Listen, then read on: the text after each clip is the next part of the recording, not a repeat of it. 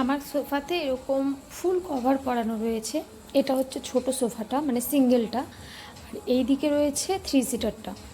তো এরকম কভার এটাতেও পরানো ছিল, আমি সবে মাত্র খুলেছি, যে ভাবছি যে কালকে কভারগুলো ধুবো, নোংরা নোংরা মনে হচ্ছে সে কারণেই। তো যাই হোক, এখন তোমাদেরকে যেটা দেখানোর জন্য আমি ভিডিওটা অন করলাম, ফুল সোফা কভার সেম এই রকম, খালি ওটার সাইজটা বড়, তার মধ্যে দেখা যাচ্ছে ভেতরেও কত ধুলা, যেই ধুলার কারণে কিন্তু ফুল কভার পরানো। চলো, হয়তো তোমরা এখান থেকেই হালকা পাতলা দেখতে পাচ্ছ, চলো তোমাদেরকে একটু ভালো করে দেখাই। এই দেখো, দেখেছো এই কোণাটার মধ্যে কত পরিমাণে এই যে ধুলো, দেখেছো? একদম পুরো এই যে গা বেয়ে, একদম এই যে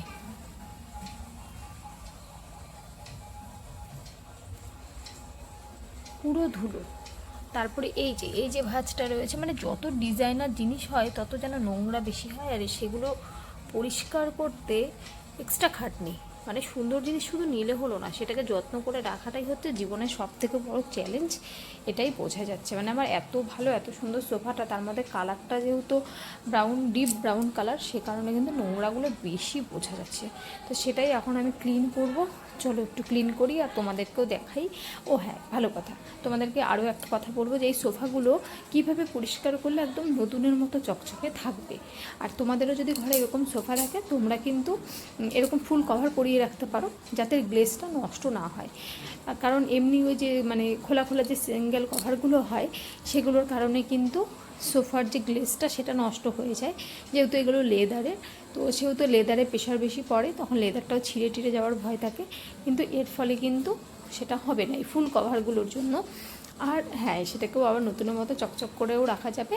আমি যেহেতু এখন সোফার কভারটা ওঠাচ্ছি, এখন মুছবো, আর বাকি ক্লিনটা কালকে করব। তবে তোমাদেরকে আজকের ভিডিওতেই আমি বলে দেবো যে কী দিয়ে এটা মুছলে আরও বেশি চকচক করবে আর গ্লেজ দিবে। চলো পরিষ্কার করতে করতে সেগুলো বলি। সোফাটায় আমি ফুল কভার পরিয়ে থাকি যাতে খুব বেশি পরিমাণে নোংরা না হয়, সে কারণে। আর সে কারণেই কিন্তু নোংরা হলেও সেটা অনেকটা পরিমাণে কম, না হলে প্রত্যেকদিন প্রচুর পরিমাণে নোংরা আমাকে মুছতে হতো যে কয়দিন খোলা ছিল। তো যাই হোক, প্রথমেই আপনারা লেদারের সোফাটাকে বেশ ভালো করে মুছে নেবেন। পারলে একের জায়গায় দুবার মুছে নেবেন, যাতে ধুলো না থাকে। একদম কোনাগুলো বা ডিজাইন যেগুলো আছে সেগুলো সবটা দিয়ে কিন্তু মুছতে হবে।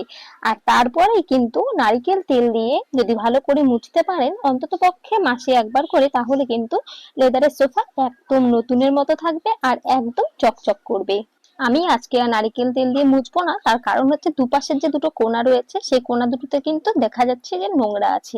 এই যে এই কোণাটাই এতটা পরিমাণে, কোণাতে তো হাত ঢোকে না, সে কারণে এই দুটো কোণা আমি কালকে ভ্যাকুয়াম দিয়ে পরিষ্কার করে তারপরে আমি নারিকেল তেল দিয়ে মুছে নেব।